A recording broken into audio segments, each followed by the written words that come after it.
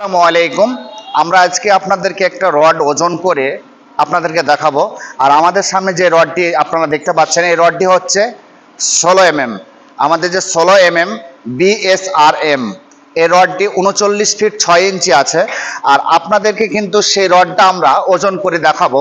এই রডটা BSRM rod 16 mm যে রডটি, এই রডটি এক পিস রড কত কেজি হয়? আমার যে রাজমিস্ত্রি পরিবারের যে দর্শকেরা আছে, আমার প্রিয় বন্ধুরা, আপনাদেরকে দেখানোর আমি ব্যবস্থা করতেছি।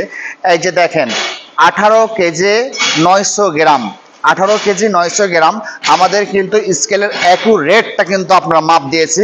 তো আমার প্রিয় বন্ধুরা, আপনারা যখন এই রডটা আপনারা কাজে লাগাবেন কিংবা দোকানে যারা কিনতে যাবেন, অবশ্যই অটো একটা হিসাব আপনি বের করতে পারবেন।